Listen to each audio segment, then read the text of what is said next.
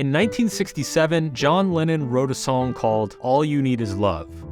He also beat both of his wives, abandoned one of his children, verbally abused his gay Jewish manager with homophobic and anti-Semitic slurs, and once had a camera crew film him lying in bed for an entire day. 35 years later, Trent Reznor from 9 Inch Nails wrote a song called Love Is Not Enough. Reznor, despite being famous for his shocking stage performances and his disturbing videos, got clean from all drugs and alcohol, married one woman, had children with her, and then canceled entire albums and tours so that he could stay home and be a good husband and father. One of these two men had a clear and realistic understanding of love. One of them did not. One of these men idealized love as the solution to all problems. One of them did not. One of these men was probably a narcissistic asshole. One of them was not.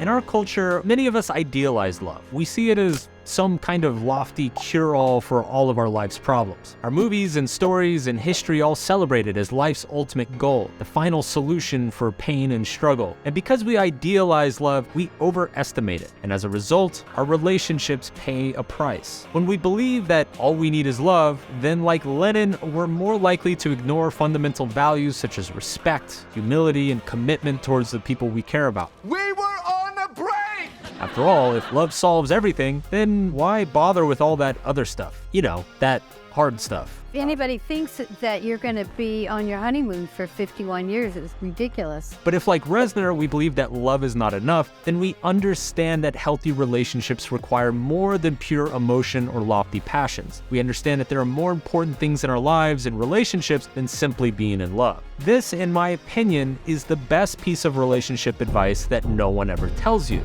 that relationships should be based on more than merely just feelings. Love is a touchy subject, so to make sure I'm not crazy and I'm not getting divorced, I asked my wife to sit down with me and have a short conversation about love. So, Tô nervosa.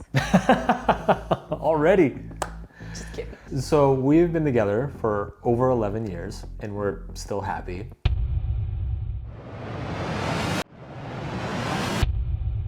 Very. Okay. Just checking. What percentage of our relationship success would you attribute to love? I'll take 50. 50? Yeah. What would the other 50 be? Well, commitment, the ability to grow together. Yeah. Values. Values are actually, I think it's the biggest one. I think I would go like 30 or 40. Really? Yeah. Why? I think values would probably be the biggest one. Values would probably be 50, and then trust is probably as big as love for me. So love is not enough. No.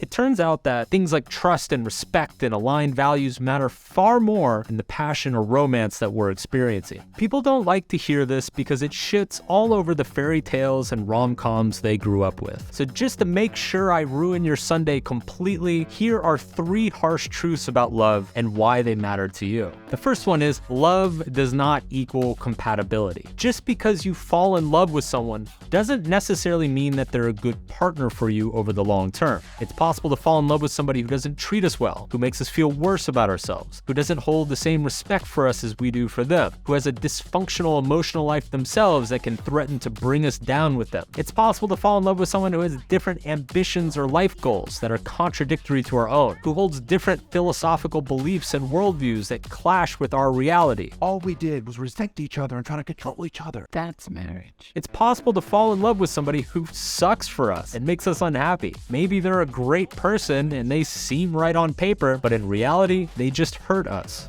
When I think of all of the disastrous relationships that I've seen or I've been a part of, most of them were entered into purely on the basis of emotion. We felt that spark, and so we just dove in head first. Forget that he's a born-again Christian alcoholic and she's an LSD-dropping bisexual. It just feels right. And then 6 months later, when she's throwing all this shit onto the lawn and he's praying to Jesus 12 times a day for her salvation, they look around and they wonder, where did it go wrong? The truth is, it went wrong before it even began. When dating and looking for a partner, you must not only use your heart, but also your mind. Yes, you want to find someone who makes your heart flutter and your farts smell like cherry popsicles, but you also need to evaluate a person's values. How do they treat themselves? How do they treat people close to them? What are their ambitions? What is their worldview in general? Because if you fall in love with someone who is incompatible with you, as the ski instructor from South Park likes to say, you're gonna have a bad time. what do you think we have gotten right that your previous relationships got wrong? I think it was very important to learn from the mistakes of previous relationships and not repeat those. Yeah. For me, the biggest one was the ability to communicate what I want and how I feel.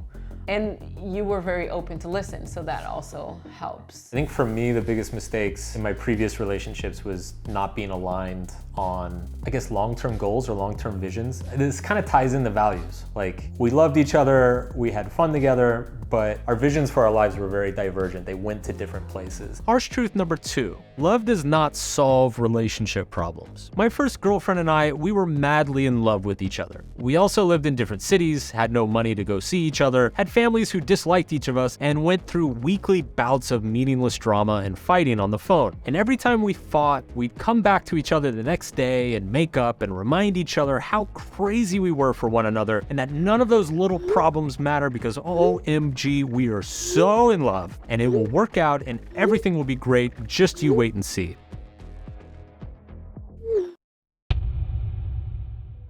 Our love made us feel like we were regularly overcoming our issues when on every practical level, absolutely nothing was getting solved. The big lesson I took away from it was this: while love might make you feel better about your problems, it doesn't actually solve your relationship problems. And see, this is how toxic relationships work. The roller coaster of emotions is, well, intoxicating.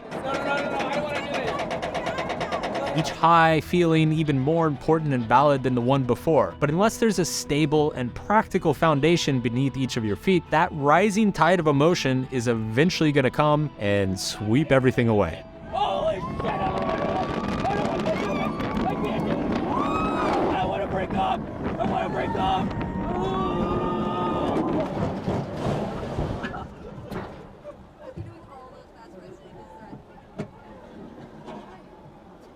Harsh truth number 3. Love is usually not worth sacrificing yourself for. One of the defining characteristics of loving somebody is that you are able to actually think outside of yourself and your own needs to help care for another person and their needs as well. What do you want?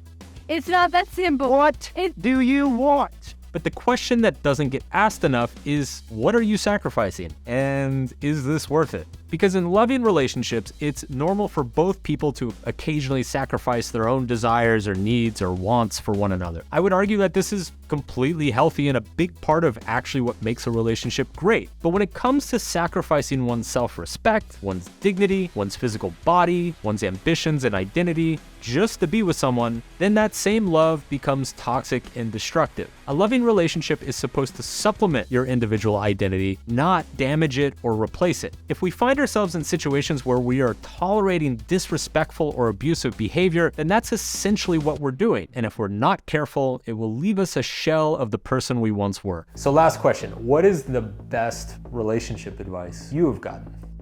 That's a tough one because I don't think I ever got good relationship advice. But for me, I think the biggest lesson I learned, it was from watching other people's relationships, and especially my parents' relationship, which was really bad. And from those, I learned what not to do and what I didn't want for my relationship. One of the things that's great about getting married is that old people start just giving you unsolicited marriage advice. And I remember a lot of my older family members, the thing they all told me was friendship is most important. And I remember my Aunt Linda telling me this. She said, you know, if you're gonna be together for 50 years, you're gonna go through periods where maybe you don't like each other or you're driving each other crazy or you're working on different things, but as long as you're still friends, you'll always be able to come back together. I've found that to definitely be true in our case. Linda's so wise. She's so wise. Why do we tolerate behavior in our romantic relationships that we would never ever tolerate in our friendships? Imagine if your best friend moved into your house, trashed the entire place, refused to get a job or pay rent, and got angry and yelled at you each time you complained. That friendship would be over faster than Logan Paul's music career. It's every day, bro, with the Disney Channel flow. Love doesn't solve your problems. In fact, love often creates more problems.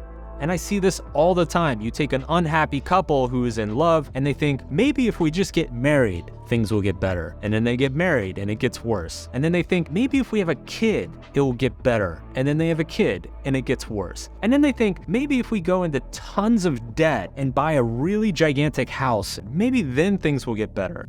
Spoiler alert, it gets worse. The only way to truly enjoy the love in your life is to make something else more important than the love in your life.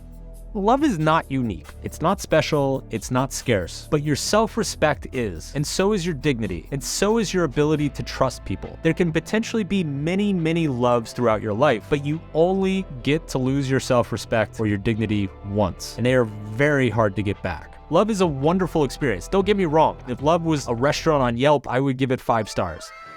It's one of the greatest experiences life has to offer, and it is something that everybody should feel at some point and enjoy. But like any other experience, it can also be healthy or unhealthy. We cannot let it consume us. We cannot sacrifice our identities or self-worth to it, because the moment we do that, we lose love and we lose ourselves. Because you need more in life than love. Love is great, love is necessary, love is beautiful, but love is not enough.